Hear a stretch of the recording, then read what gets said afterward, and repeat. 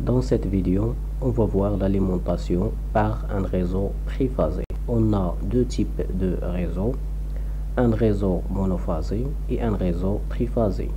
La différence, c'est au niveau du nombre de phases. En monophasé, on a juste une phase et un neutre, et en triphasé, on a trois phases et plus le neutre. La différence aussi au niveau de l'utilisation. On utilise le monophasé pour les petites puissances et le triphasé on utilise pour les grandes puissances. Dans cette vidéo, on va faire un petit rappel sur le réseau triphasé. On va voir comment coupler une charge triphasée avec un réseau triphasé. En fait, on a deux types de couplage, soit un couplage étoile ou un couplage triangle. Et finalement, on va voir un exercice d'application. Un réseau triphasé est constitué de trois phases, la phase L1, la phase L2 et la phase L3. Et on va ajouter aussi le neutre. On a deux types de tension sur le réseau triphasé. Le premier type, c'est la tension entre la phase et le neutre. Et le deuxième type des tensions, ce sont les tensions entre phase et phase. Donc, pour les tensions entre phase et neutre, on a V1, la tension entre la phase 1 et le neutre, la tension V2 entre la phase 2 et le neutre, et la tension V3 entre la phase 3 et le neutre. Ce type de tension, on l'appelle une tension simple. Le deuxième type de tension, ce sont les tensions entre phase et phase. Le premier tension, c'est la tension entre la phase 2 et la phase 3. La phase 2 et la phase 1, c'est UN2. La deuxième tension, c'est la tension entre la phase 3 et la phase 1, c'est UN3. Et troisièmement, la tension entre la phase 3 et la phase 2, c'est I2-3. Ce type de tension, on l'appelle des tensions composées. Elles sont composées de tensions simples. Quelle est la différence, quelle est la relation entre les tensions simples et la tension composée? En valeur instantanée, on a UN2 est égal V1 moins V2. Et UN3 est égal V1 moins V3. I2-3 est égal V2 moins V3. Ça, c'est en valeur instantanée. Pour les valeurs efficaces, chaque tension simple est égale à la tension composée divisée par la racine de 3. Maintenant, on passe au couplage d'une charge triphasée avec le réseau triphasé. On va prendre une charge triphasée constituée de trois dipôles, tous ont une impédance Z. Un dipôle à deux pôles, premier pôle et deuxième pôle. On va lier le deuxième pôle des trois dipôles de cette façon-là. Et les trois autres pôles, on va les lier avec le réseau triphasé. Après simplification, on va obtenir une forme qui se ressemble à celui-là.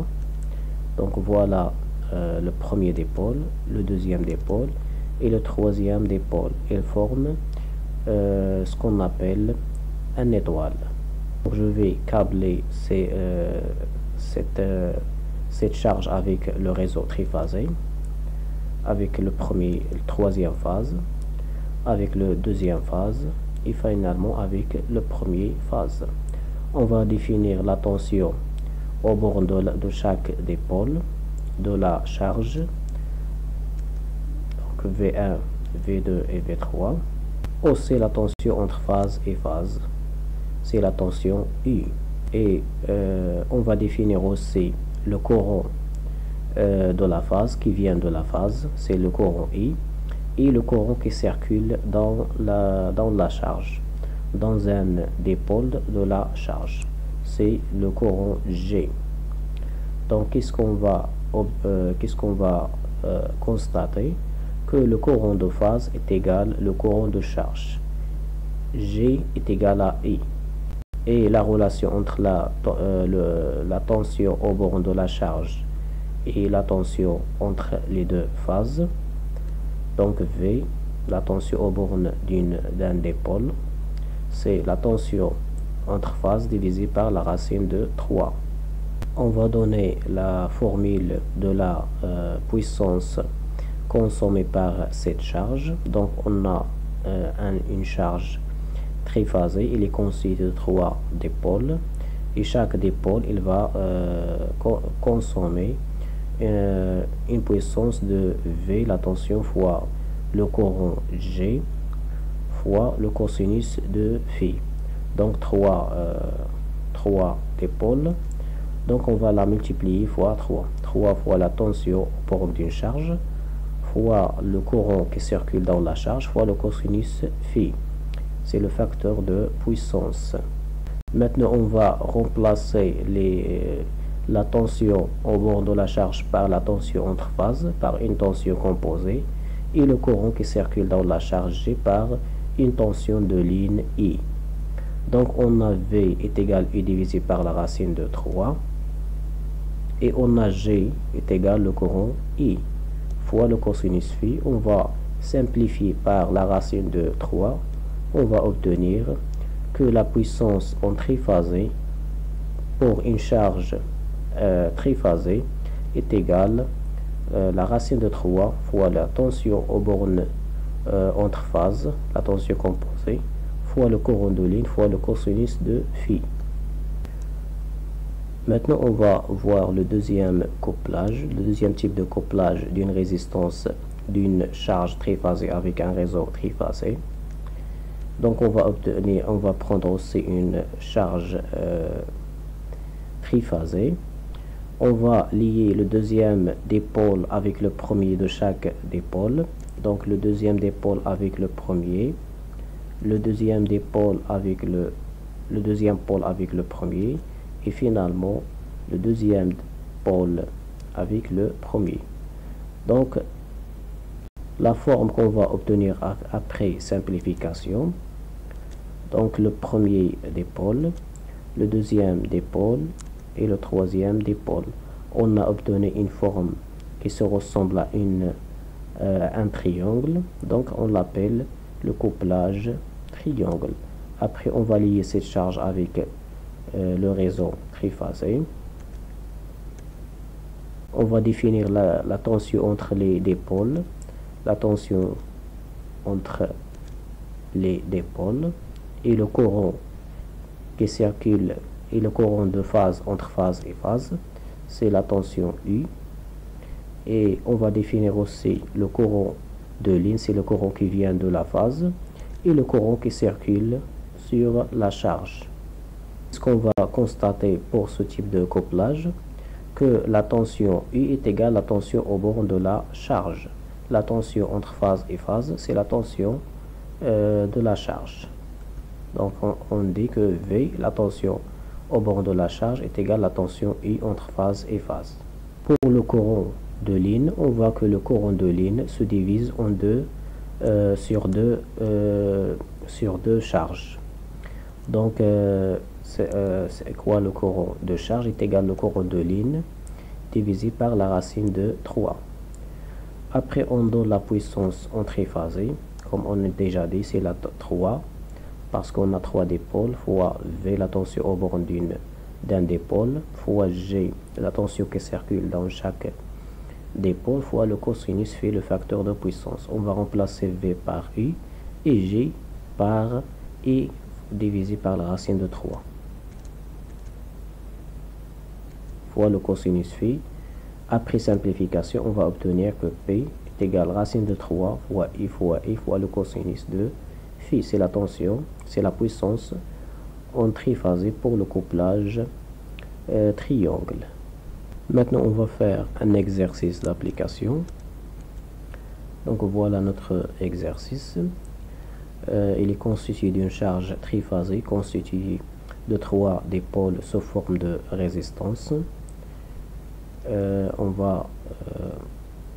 La charge elle est couplée en triangle. La première question donne l'expression de la puissance totale PT dissipée dans les 3 résistances en fonction de R et U. La puissance dissipée dans les résistances par effet Joule est égale à 3 fois R fois G au carré. On va remplacer G par sa formule. Donc on va utiliser la loi d'Ohm, ou plutôt la loi de Maille. Sur cette maille, on a la tension U, la tension aux bornes de la charge R. Donc I à quoi est égal? C'est la loi d'Ohm, U divisé par R. La tension au bord de la charge divisée par la résistance. On va remplacer cette formule dans la formule de la puissance. Donc après simplification, on va obtenir que la puissance totale dissipée est égale 3 fois la tension au carré divisé par R. Pour la deuxième question, déduire la valeur de la résistance R, sachant que la puissance totale est égale 30 kW, sous une tension U est égale 400 volts. Donc on a déjà démontré la formule de la puissance PT est égale 3 fois U au carré divisé par R. Nous voulons la résistance, donc est égale 3 fois U au carré divisé par PT. On va remplacer U par 400 et P par 30 kW. Donc par 40 kW. Donc on va obtenir que la résistance R est égale 12 ohms.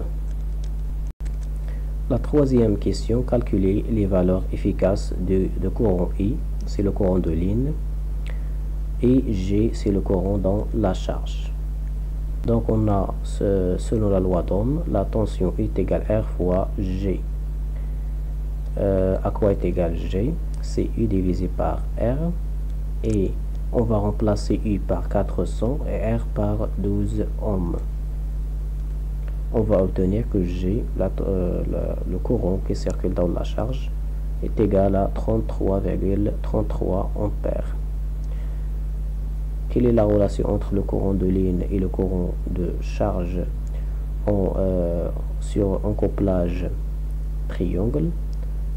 Donc, est égal à la racine de 3 fois G. J'ai déjà calculé, je vais la remplacer. Finalement, je trouve que le courant est égal à 57,74 ampères. Le courant de ligne. Donc voilà, c'est la fin de cette vidéo. Merci pour votre attention et à la prochaine.